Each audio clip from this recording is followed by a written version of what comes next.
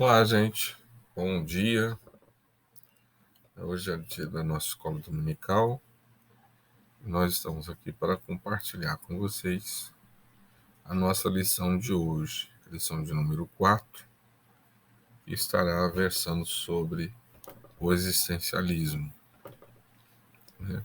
O título da lição é Existencialismo, a insana busca pela liberdade e autonomia.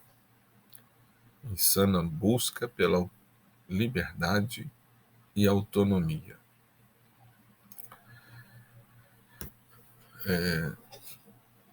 O existencialismo, né, é uma, é uma filosofia, né, filosofia pós-período racionalista. Né? O racionalismo, ele impunha, impunha pela força um conceito de verdade. E o existencialismo, então, é uma reação a esse processo de racionalismo. Né? O existencialismo, ele nos afasta de Deus e nos prende a nós mesmos. Isso significa dizer que não há uma força anterior à nossa existência e que venha determinar como nós existimos. Então, nós simplesmente existimos. E é a partir da consciência dessa existência que nós vamos, então, determinar o que somos e como, melhor dizendo, vamos existir dentro dessa realidade. Então, o existencialismo ele nos afasta de Deus porque nega a nossa criação, ou nega que nós tenhamos sido criados, né, com um propósito e vivemos para cumprir esse propósito. O existencialismo simplesmente diz que nós passamos a existir e que a definição de quem somos e de como vamos existir é nossa, né? É do indivíduo em si. De certo modo, então o existencialismo ele retira um padrão, né, que determina o comportamento das pessoas. Né? Grupos, né, grupos étnicos se comportam de determinada maneira pela construção social, né, dessa comunidade. O existencialismo ele traz, né, a definição de ser pelo indivíduo e não pelo grupo. Mas veja só, em termos do nosso conhecimento cristão, o existencialismo é incompatível com o cristianismo, porque essa filosofia ela não afirma a criação. E para nós fomos criados com uma origem gloriosa e proposital. Nós fomos criados à imagem e semelhança de Deus. E isso nos dá o sentido de ser, o sentido de existir. Somos levados a reforçar nossa fé de que em Cristo temos vida em abundância. Então, nós não existimos por nós mesmos. Nós somos criados para a existência, para esta realidade de vida. Nós não passamos a existir por vontade própria. Nós somos criados à imagem de um ser como Deus, né? Fomos criados à imagem e semelhança de Deus. E vivemos para esse propósito. Nós somos o que Deus quis que fôssemos, desde sempre. desde a criação, né? Deus nos criou, a maneira como nos criou, o propósito com o que nos criou, né? Sempre tem a sua marca, sempre tem a sua assinatura, a sua assinatura. Nós devemos, então, ser o que Deus quer que sejamos desde a criação e a redenção. Deus nos criou à sua imagem e semelhança, Deus nos criou homem e mulher, Deus nos deu um propósito para essa existência e nós existimos de acordo com esse propósito de Deus. Não existimos para nós mesmos. Não definimos quem somos e como viveremos a partir daquilo que sentimos que somos, né? Já o existencialismo ele vai contra esse princípio, não é? Não há nada anterior a nós que nos diga quem somos e como viveremos. Gênesis capítulo 1 até o capítulo 2, 3, né? Eu prefiro colocar no capítulo 4,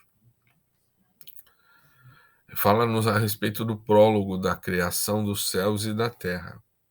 Eu prefiro olhar para o versículo 4, que diz que esta é a história dos céus e da terra quando foram criados, né? Este relato sobre a criação lança o fundamento do entendimento de Israel acerca de Deus, da humanidade e do mundo, né? Então você tem lá Deus criando todas as coisas. Deus tem precedência sobre tudo. A essência precede, né, a existência. Então Deus é desde sempre.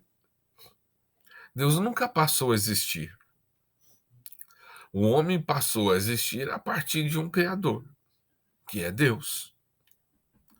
Então Deus, né, criou todas as coisas.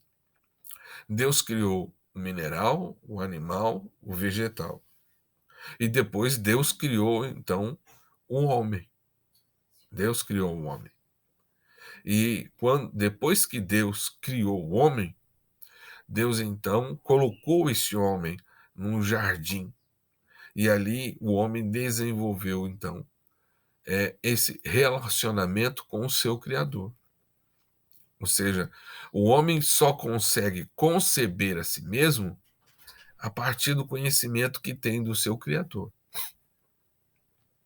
né? Ele precisa conhecer Deus para conhecer a si mesmo.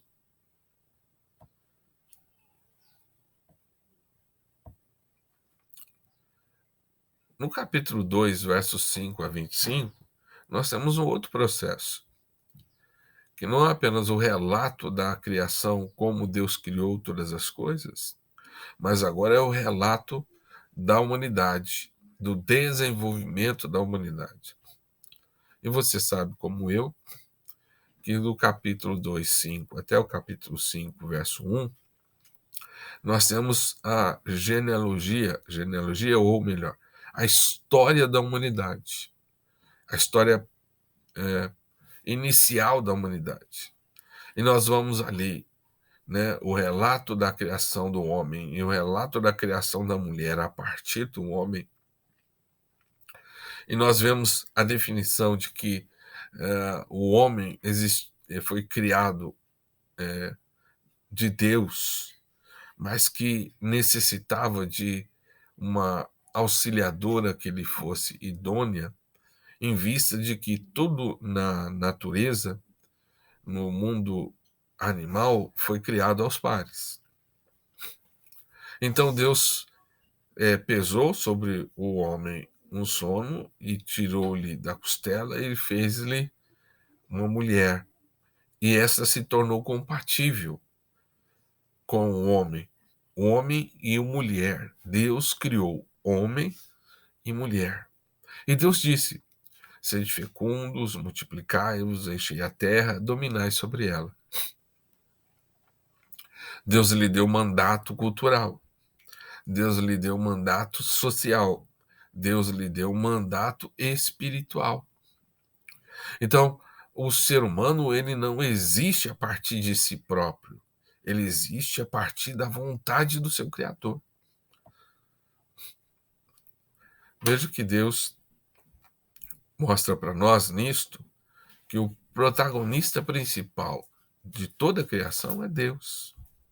Ele formou o homem, ele plantou um jardim, ele soberanamente colocou o homem nele. Deus determinou a sua vida, a vida que o homem deveria desenvolver. Deus deu ao homem uma esposa.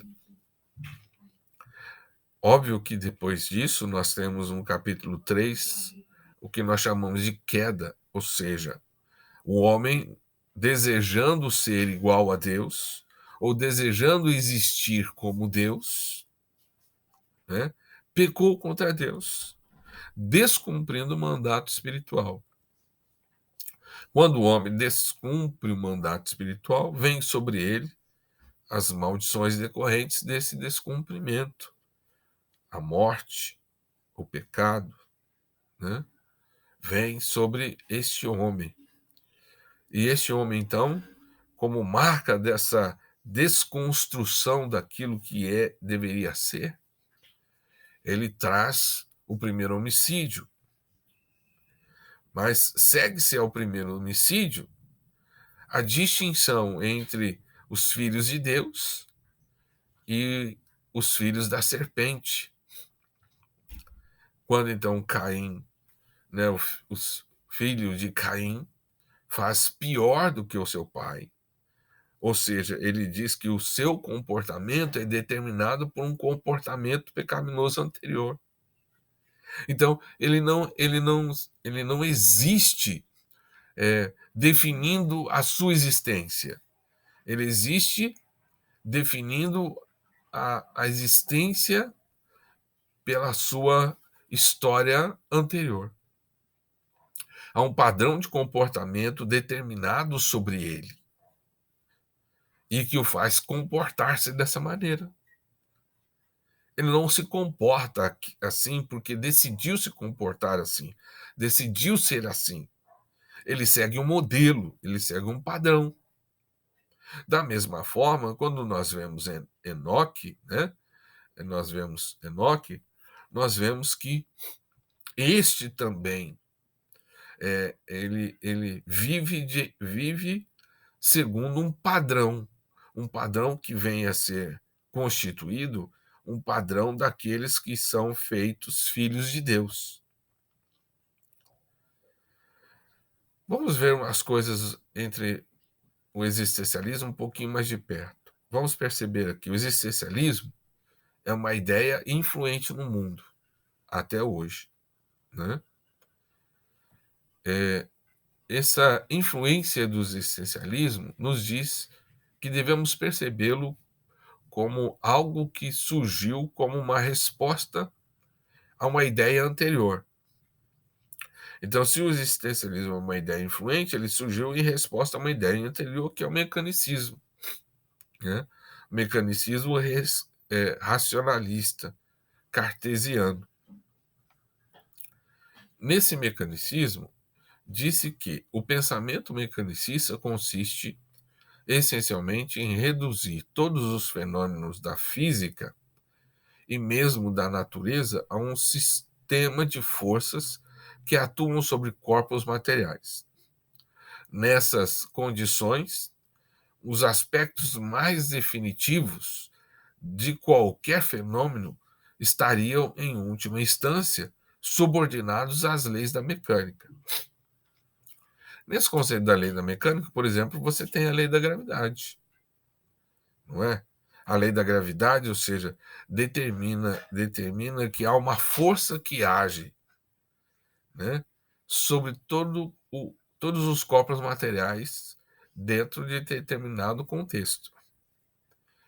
Isso significa dizer que uma maçã, quando cai da árvore, e já estamos definindo, ou seja, ela cai. Ela cai por quê?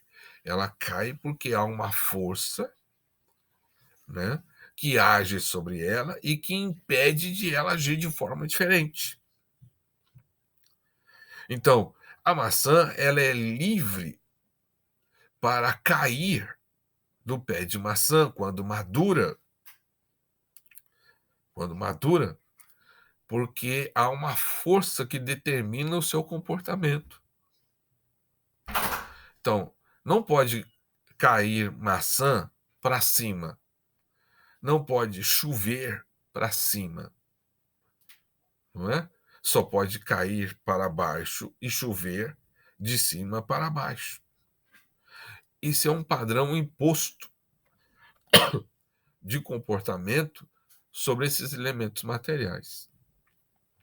Da mesma forma, nós nos é posto o modelo de comportamento que é definido anteriormente a nós. Nós não escolhemos ser o que somos. Nós somos o que somos porque isso foi definido por Deus. O existencialismo rejeita esse pensamento, mas leva o pensamento humano para outro extremo.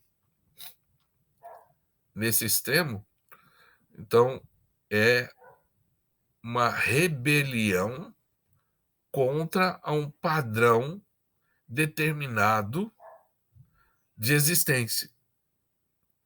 Então Deus criou homem e mulher, macho e fêmea.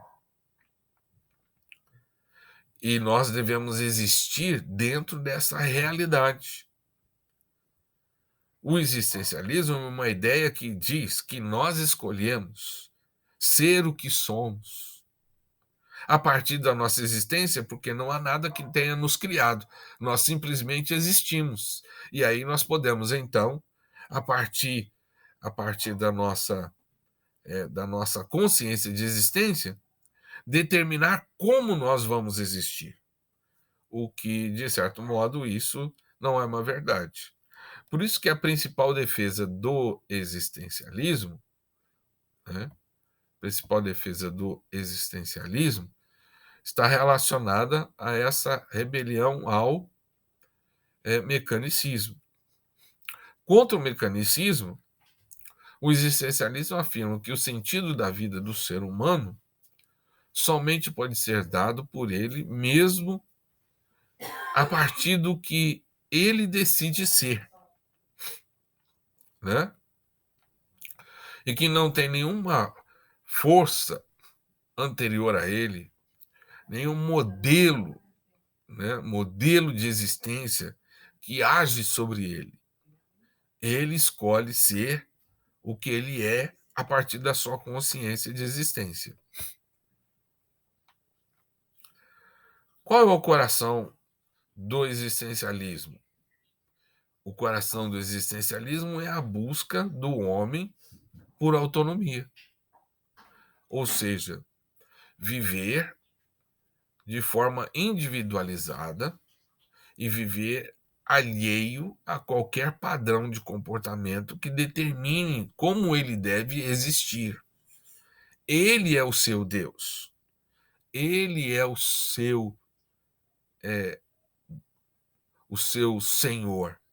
E ele define como vive esta realidade.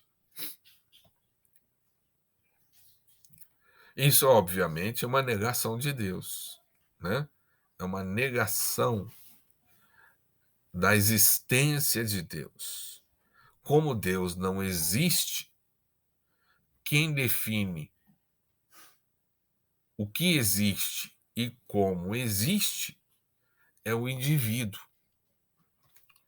Então, o indivíduo ele não se preocupa em existir a partir de modelos e padrões de comportamento definidos, seja culturalmente, socialmente, religiosamente né, sobre a sua existência. Ele acredita que ele pode viver de maneira individuada, ou seja, ele é único no mundo e ele vive como ele se define, né? O que de fato é um engano, porque como a pessoa ela vai existir independente de um padrão de comportamento e de modelo, né? Isso vai contra qualquer definição psicológica, sociológica, cultural e religiosa, né?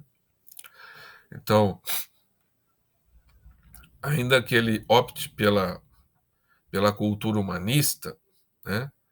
Ou seja, ele é o que é, como ele se sente ser, ele ainda será, né, uma representação de um modelo que se impõe sobre ele.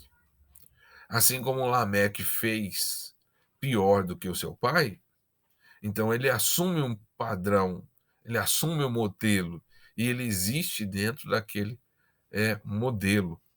Ele não consegue fugir dessa realidade. Para que ele pudesse existir, primeiro ele deveria se criar. Como ele não se criou, ele foi criado, então, a partir disso, ele segue um padrão de comportamento, seja pela condição de rebelião em pecado, ou seja pelo padrão, né, determinado pela vontade de Deus, de acordo com a palavra de Deus. Então, Deus disse o que é o homem. E Deus, ao dizer o que é o homem, ele disse que fez o homem por um pouco menor que Deus, mas maior do que a, a, a natureza, né? Maior do que a vida mineral, maior do que a vida social, maior do que a vida psicológica. Deus colocou o homem como um co-governante de toda a criação. E ele, então, vive nesse contexto, né? Nesse contexto, como um corregente da criação.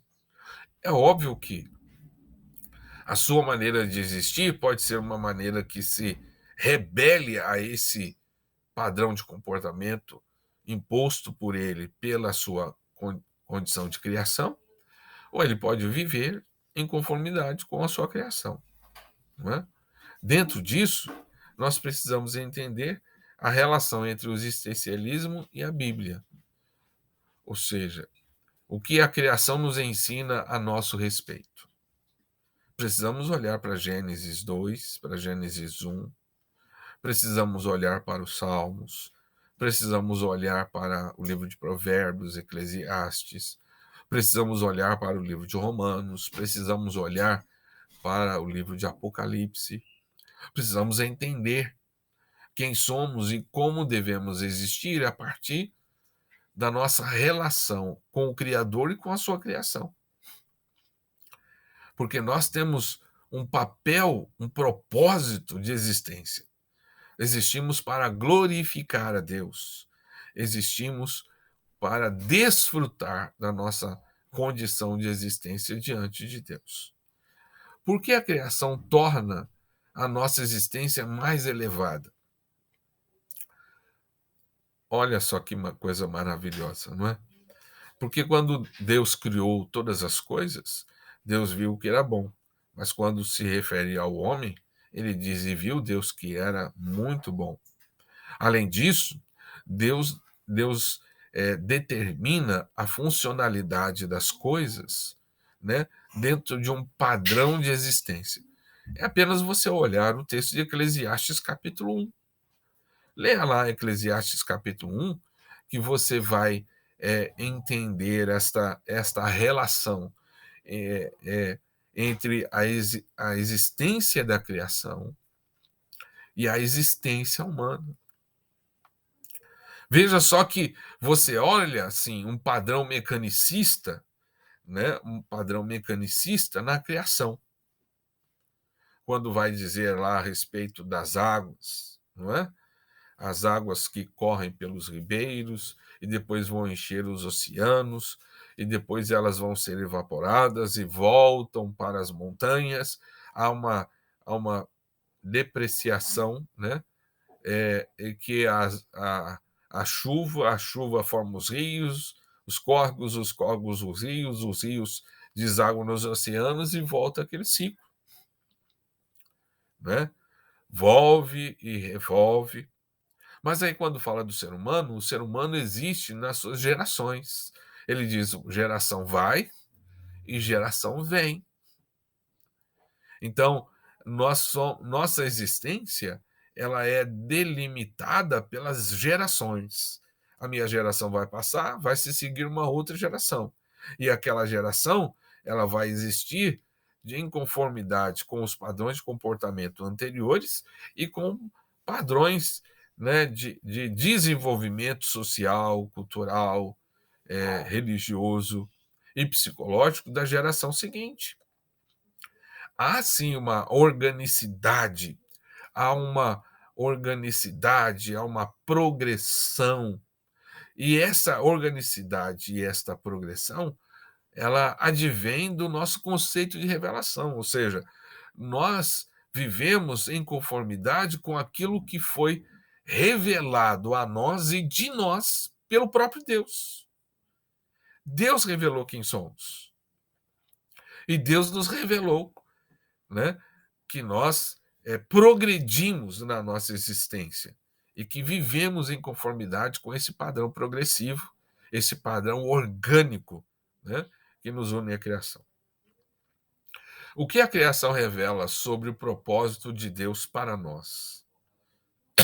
Nós vivemos para a glória de Deus e nós caminhamos para um fim. Essa realidade tende a se extinguir e dá lugar a uma nova realidade, a realidade dos filhos de Deus. Dentro disso, nós temos um padrão de comportamento, né, afeito a esta distinção entre filhos de Deus e o ser humano como criação de Deus. Em João capítulo 1, verso 1 a 5, nos fala a respeito de Jesus, do nascimento de Jesus. Um aspecto mais teológico que João trata. E naquele texto, né, Cristo nos ajuda a resolver o dilema das perguntas existenciais, né? Quando ele faz essa distinção.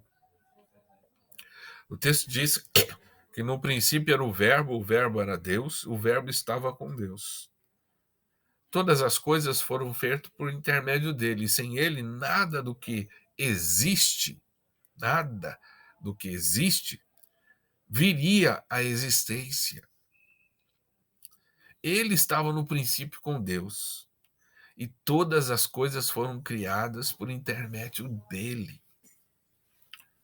Então vejam só que isso mostra para nós, não é?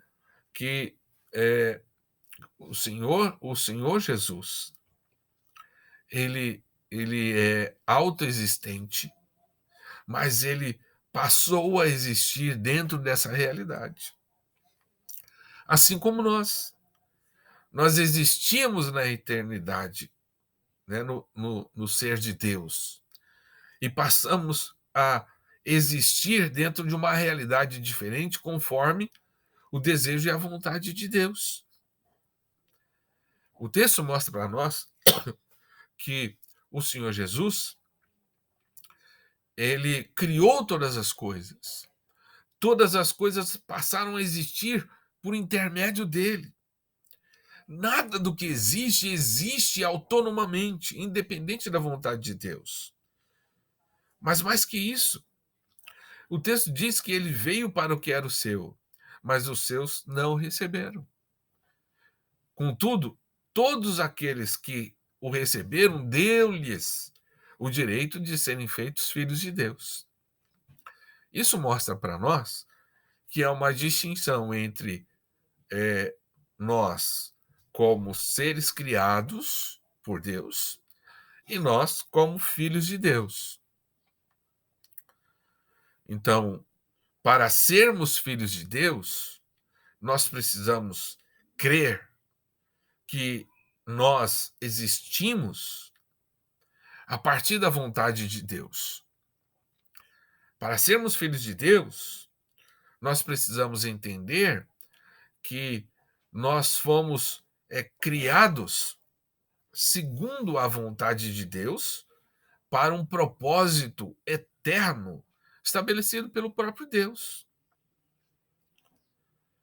Nós precisamos crer que o Filho de Deus tornou-se carne, né? Tornou-se carne justamente para demonstrar que nós não existimos autonomamente, porque ele veio a essa existência, deixou a sua glória, como lá em Filipenses capítulo 2, para tornar-se como um de nós.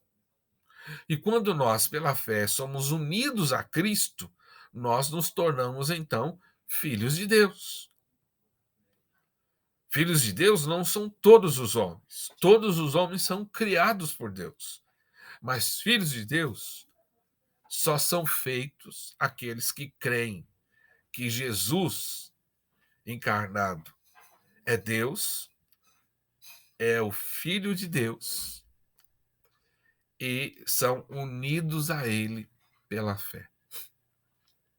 E a nossa existência, ela é determinada por esta relação com o Filho de Deus, né?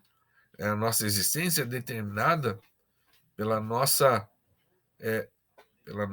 sujeição à vontade do nosso Criador manifesta em seu Filho Jesus Cristo. Que Deus abençoe a sua vida. Até mais.